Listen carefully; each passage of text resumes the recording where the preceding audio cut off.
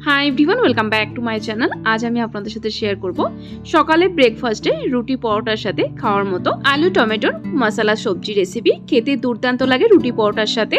আপনারা চাইলে ভাত দিয়েও খেতে পারেন আর বানানো খুবই সহজ, খুবই কম সময়ের মধ্যেই তৈরি হয়ে যায়। এইভাবে করে বানিয়ে লাঞ্চ বক্সেও দিতে পারেন। কখনো সর্দি কাশি হলে খেতে ইচ্ছে যায় না, এরকম ভাবে বানিয়ে তরকারি খেতে পারেন চটপটা। তো চলুন শুরু করা যাক রেসিপিটি। আজকের এই আলু টমেটো রেসিপিটি তৈরি করার জন্য একটা প্যানে দিয়ে দিব 3 টেবিলস্পুন পরিমাণের মতো ঘি। আজকের এই রেসিপিটি ঘি দিয়ে তৈরি করব।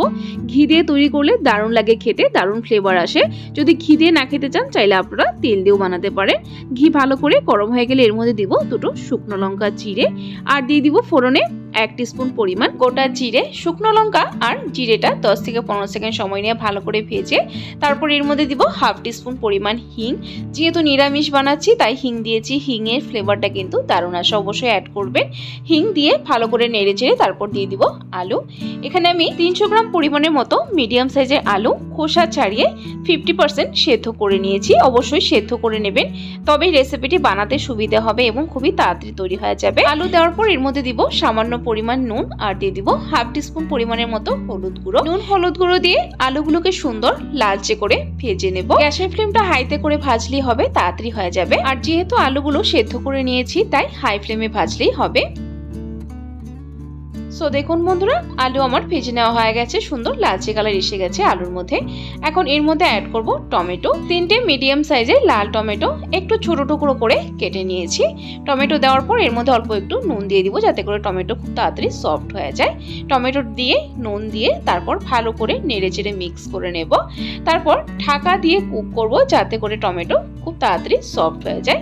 গ্যাসের ফ্লেমটা মিডিয়ামে করে ঢাকা দিয়ে দিব প্রায় 5 মিনিট সময়ের জন্য। 5 মিনিট হয়ে গেছে, এখন ঢাকনা তুলে দিচ্ছি। দেখুন টমেটো খুব সুন্দরভাবে সফট হয়ে গেছে। এখন একবার নেড়ে চেড়ে মিক্স করে নেব। টমেটো কুক হতে কিন্তু বেশি সময় লাগে না, খুব বেশি হলে 4 থেকে 5 মিনিট সময়তেই সুন্দর সফট হয়ে যায়।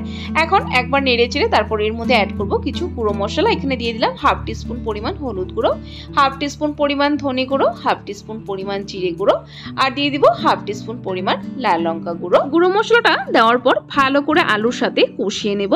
প্রায় 6 থেকে 7 মিনিট সময় নিয়ে হাই ফ্লেমে সুন্দর কষাবো মশলাটা। এই সময় একটু নুনটা চেক করে নেবেন, যদি প্রয়োজন হয় তাহলে নুন অ্যাড করে দেবেন। দেখুন আলু কিন্তু সুন্দর সেদ্ধ হয়ে গেছে সুন্দরভাবে। সো দেখুন বন্ধুরা, মশলার সাথে আলুটা খুব ভালো করে কষিয়ে নিয়েছি আর দেখুন কি সুন্দর কালার এসেছে।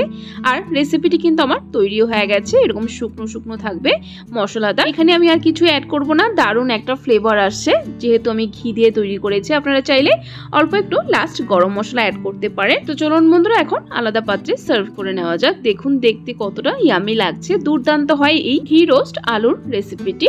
রুটি পরোটার সাথে দুর্দান্ত লাগে, অবশ্যই একবার ট্রাই করবেন। সো বন্ধুরা, আমার আজকের এই রেসিপিটি কেমন লাগলো কমেন্ট করে জানাতে ভুলবেন না। যদি ভালো লেগে থাকে তাহলে একটা লাইক দিতেও ভুলবেন না।